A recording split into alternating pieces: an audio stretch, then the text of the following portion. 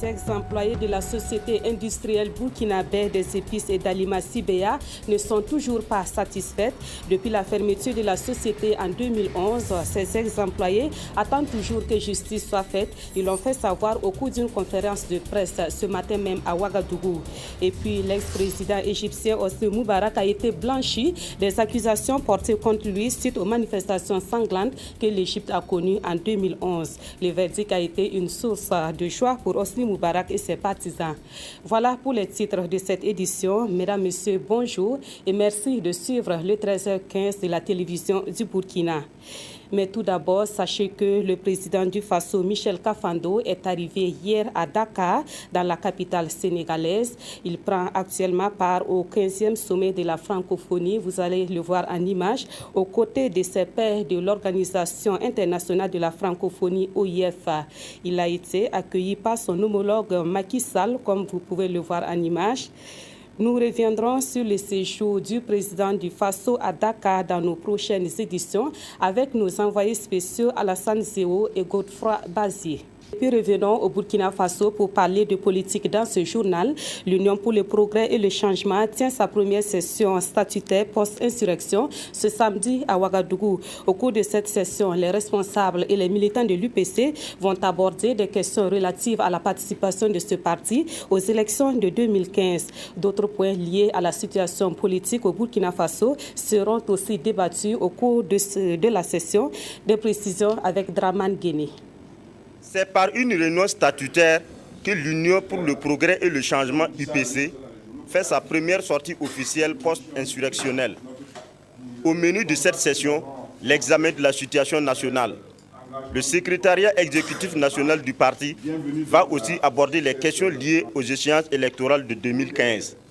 Elle arrive également au moment où, avec l'insurrection populaire qui a eu lieu, il y a de nouveau dans le paysage politique national avec donc la transition qui est en marche. Et donc vous comprendrez qu'au cours de cette rencontre, nous parlerons essentiellement de cette situation nationale, la contribution donc du parti au niveau donc de la lutte et également donc voir pour l'avenir, parce que comme vous avez écouté dans le discours du président, nous nous préparons pour donc les élections en 2015 et nous pensons que c'est l'occasion également d'aborder ces questions. Sur la question des organes de la transition, l'UPC ne trouve rien à redire, d'autant plus que le parti a participé à l'élaboration de la charte. Cependant, Zéphirin Diabré et ses collaborateurs estiment qu'un toilettage de la Constitution s'impose. Nous avons participé à l'élaboration donc de la charte et à travers donc notre président qui était chef de file de l'opposition. Nous avons participé également donc au choix du président donc de la transition, le président de la République. Et de ce fait, nous sommes partie prenante de tout ce processus. Et nous pensons qu'aujourd'hui, avec les déclarations que nous avons entendues, que vous avez tous également entendues, nous pensons que nous sommes sur la bonne voie et que nous avons trouvé donc les personnes à même de pouvoir conduire cette transition. Et nous pensons que nous allons appuyer pour que donc l'article 37 soit verrouillé et que le mandat présidentiel soit limité à 2, quelle que soit donc la situation. À l'ouverture de cette session, Zéphirin Diabré a salué la bravoure du peuple burkinabé pour l'insurrection populaire des 30 et 31 octobre dernier. L'UPC se réserve de s'approprier les victimes du soulèvement populaire qui ne sont pour lui que des martyrs burkinabés. Une minute de silence a d'ailleurs été observée en leur mémoire. Plus rien ne sera comme avant. C'est ce que les travailleurs de la société industrielle burkinabé d'épices et d'aliments CBA ont laissé entendre lors d'un point de presse tenu ce matin à Ouagadougou. L'objectif de ce point de presse pour les travailleurs de CBA était de dénoncer la situation de chômage dans laquelle ils sont plongés depuis la fermeture de la société en 2011. Ils espèrent aussi un soutien des nouvelles autorités pour sortir de cette situation. Le reportage de Evelyne Dabiri. Cette démarche des ex-salariés de la société industrielle burkinabé d'épices et d'aliments CBA est de faire entendre leur cri de cœur qui provient de 3 ans de chômage suite à la fermeture de la dite société. Cette fermeture est intervenue, selon leur syndicat, sans préavis ni le paiement des droits des salariés. Bien que ceci ait esté en justice, ce problème est resté sans suite. On a un problème en justice. Nous voyons la maison mère qui contourne sans passer par la justice, puisque jusqu'à présent, jusqu'à l'heure que nous vous parlons, la justice n'a pas encore jugé le dossier CBA. Et la maison mère se permet, avec l'ancien régime, le régime Blaise Compaoré, ils ont passé, parce que vous connaissez Obouf, il est un politicien. Donc, ils ont passé par lui pour commercialiser le Djumbo. Effectivement, par rapport à notre ministère de tutelle, le ministère du Commerce et de l'Industrie, nous avons entrepris des démarches dès le départ. Le ministère même a fait des enquêtes. Ils ont confié même le travail à leurs techniciens. Que nous avons fait des démarches. On a rencontré le ministre du Commerce 3 fois, M. Abdul Kafando, dans son cabinet. Nous avons rencontré ces techniciens plusieurs fois. Les gars nous ont fait confiance, ils nous ont placé la confiance qu'ils vont faire le dossier et donner à Abdul Kafando que la décision allait être prise en Conseil des ministres. Effectivement, nous avons rencontré les techniciens, ils nous ont dit qu'ils ont remis le document. Et jusqu'à l'heure que nous vous parlons, on ne sait pas si le document a été envoyé en Conseil des ministres ou pas. La décision n'a pas été prise. Ce point de presse est alors un appel aux nouvelles autorités afin de rétablir les travailleurs dans leurs droits. Et comme début de solution, il propose une suspension des activités commerciales des sociétés incriminées. Si on suspend l'activité de base au Burkina Faso, un mois même c'est trop que les Blancs la reviennent pour discuter avec notre direction. Donc si on suspend, ça va accélérer également la procédure judiciaire qui est là pour que les travailleurs puissent avoir, puisque une fois que le dossier est jugé, les travailleurs vont rentrer en gain de cause. 200 salariés permanents sont depuis lors en chômage, avec son corollaire de conséquences financières et sociales. Les enseignants, chercheurs, doctorats et ingénieurs des universités et instituts de Bobo-Dioulasso sont en formation. La formation porte sur les critères de brevetabilité et de l'examen par rapport au fond de l'invention. Ce sont de nouveaux critères introduits par l'OAPI, l'Organisation africaine de la propriété intellectuelle, pour réduire les conflits entre inventeurs. Sanoua Christine Koulibaly a assisté à l'ouverture des travaux. Voici son reportage. Des chercheurs qui trouvent au Burkina, on en trouve. Mais une chose est de chercher et de trouver, l'autre reste la valorisation des résultats dont le processus devrait commencer par la brevetabilité, un droit de la propriété intellectuelle qui protège l'inventeur et rassure le consommateur. Et le moins qu'on puisse dire, c'est que les choses évoluent positivement au Burkina Faso. C'est vrai que le rythme progresse positivement, il faut le reconnaître. Quand on regarde 5 ans, 10 ans en arrière, effectivement, le résultat était très faible. Mais aujourd'hui, on constate que dans l'année, on peut aller au-delà donc de 5 brevets, ce qui est déjà une chose très importante. Mais désormais, les demandeurs de brevets devront travailler d'autres critères autres que la forme, critères ultérieurement prioritaires au niveau de l'OAPI, l'Organisation africaine de la propriété intellectuelle. Jusqu'à présent, au niveau de l'OAPI, l'Organisation africaine de la propriété intellectuelle, l'analyse des dossiers portait sur la forme. Donc tout le monde pouvait donc obtenir un brevet et cela donc a suscité un certain nombre de conflits entre plusieurs créateurs qui pouvaient se retrouver dans le même domaine parce que l'analyse ne portait pas sur le fond mais sur la forme. Et ça faisait beaucoup quand même de contentieux au niveau des tribunaux. Toute chose que nous voulons corriger sur la base donc des instructions de l'OAPI qui, à partir donc de l'année prochaine, va désormais délivrer donc les brevets sur la base d'un examen quant au fond. D'où donc cet atelier de formation des enseignants-chercheurs, doctorants et ingénieurs des universités et instituts de recherche de la ville de Sia. Un atelier qui devrait favoriser une meilleure prise en compte des nouveaux critères de brevetabilité. À Ouagadougou, l'École nationale des régies financières ENAREF a organisé une formation sur les marchés publics au profit des acteurs du domaine venus du Niger, du Cameroun, du Bénin et du Burkina Faso. La formation a duré 3 semaines et les bénéficiaires disent maîtriser désormais les tenants et les aboutissants des marchés publics. Mieux, ils entendent mettre les connaissances acquises au service de leur pays respectifs. Le reportage de Abdoul Rasmane Zongo. Après 3 semaines de formation axée sur le module des marchés publics, les participants repartent chez eux tout joyeux et munis de leur diplôme. Les uns ont reçu ce qu'on appelle la certification 1 et les autres le master. Une formation de très bonne qualité, de très haute qualité, qui permettra à chacun de nous de mieux s'affirmer dans son service, de mieux revoir les contours en ce qui concerne les marchés publics.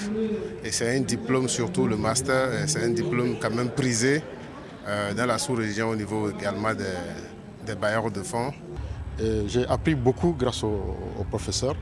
J'ai appris toute la chaîne, l'évaluation des marchés publics, les PPP, enfin, il y a tout un tas de trucs dont j'ignorais même l'existence.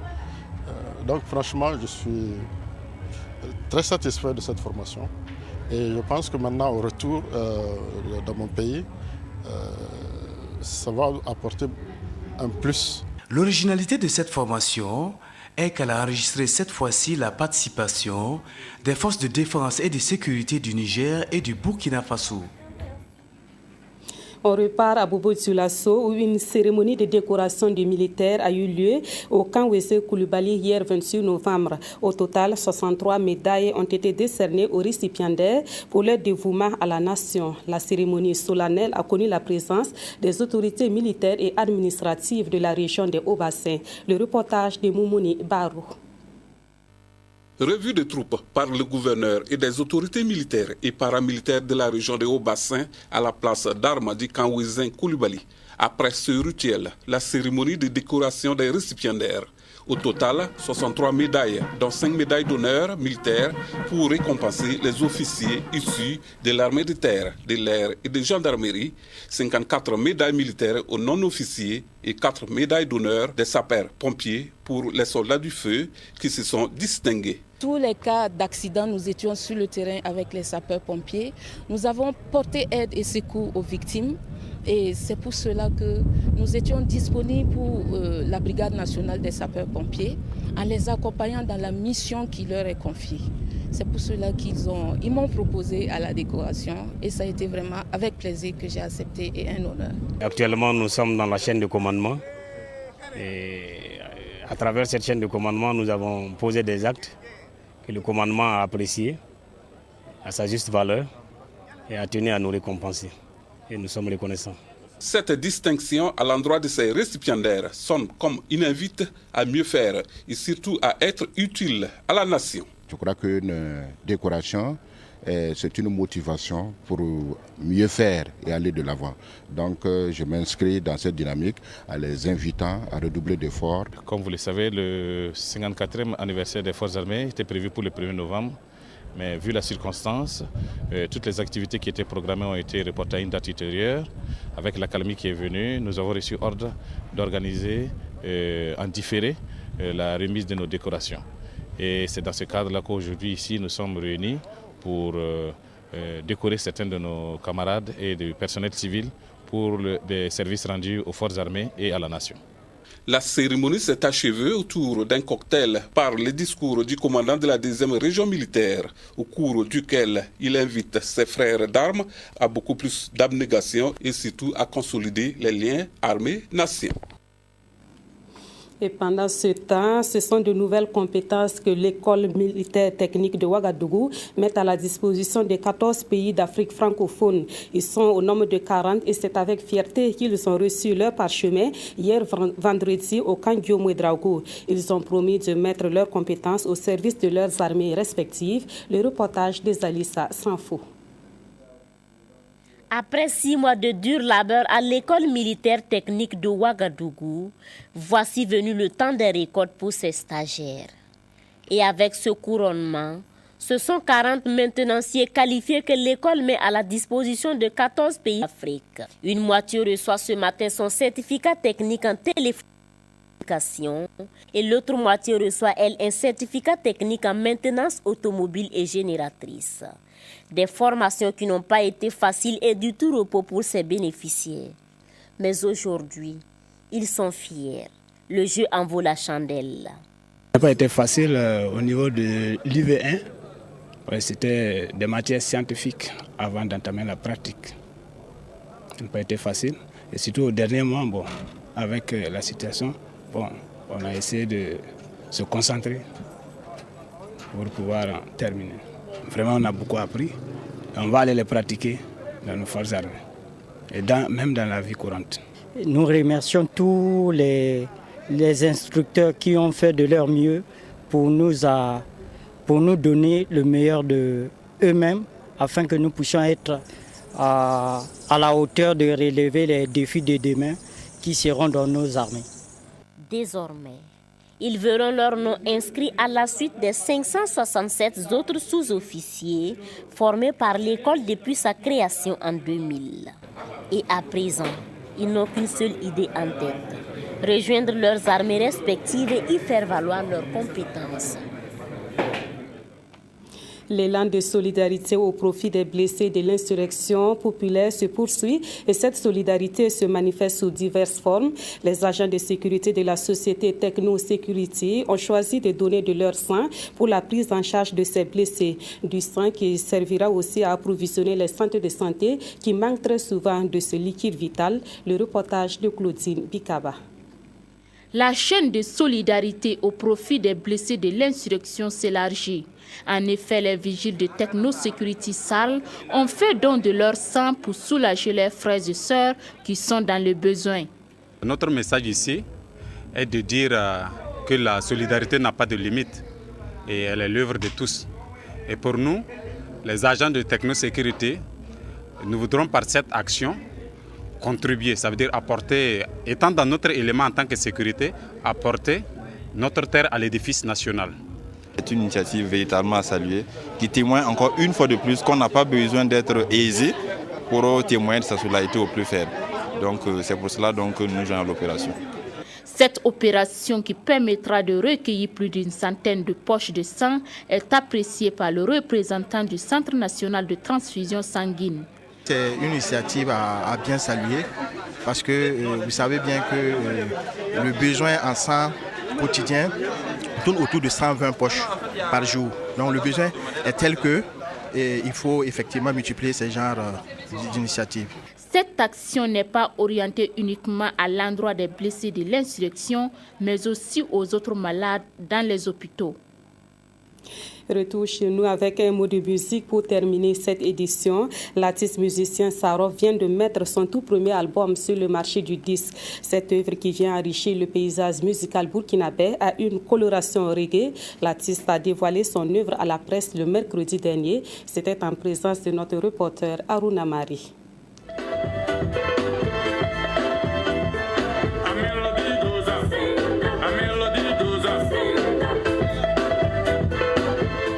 Après 2 ans de dur labeur qui n'ont pas entamé sa passion pour le reggae, l'artiste musicien Salif Komi, de son nom d'artiste Sarov, sort enfin son tout premier album. Un album de 14 titres entièrement enregistrés en live dans 2 studios de la place.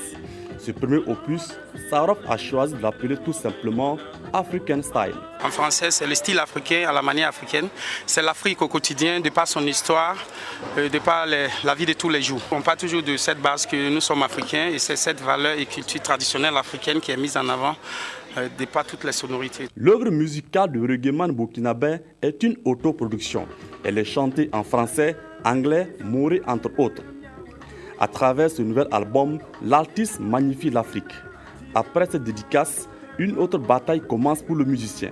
Après cette dédicace, c'est la promo. Il y a un staff managérial qui est déjà là. On va continuer avec la promo, espérant bien sûr qu'on sera accepté et puis critiqué. Des professionnels du domaine et la mère de l'artiste ont effectué le déplacement pour soutenir le reggaeman. Avec African Style, Sarov espère inscrire son nom en lettres d'or dans le milieu du showbiz burkinabé. C'est la fin de cette édition. Merci de l'avoir suivi. Toute l'équipe du 13h15 vous retrouve demain. Bon après-midi à toutes et à tous.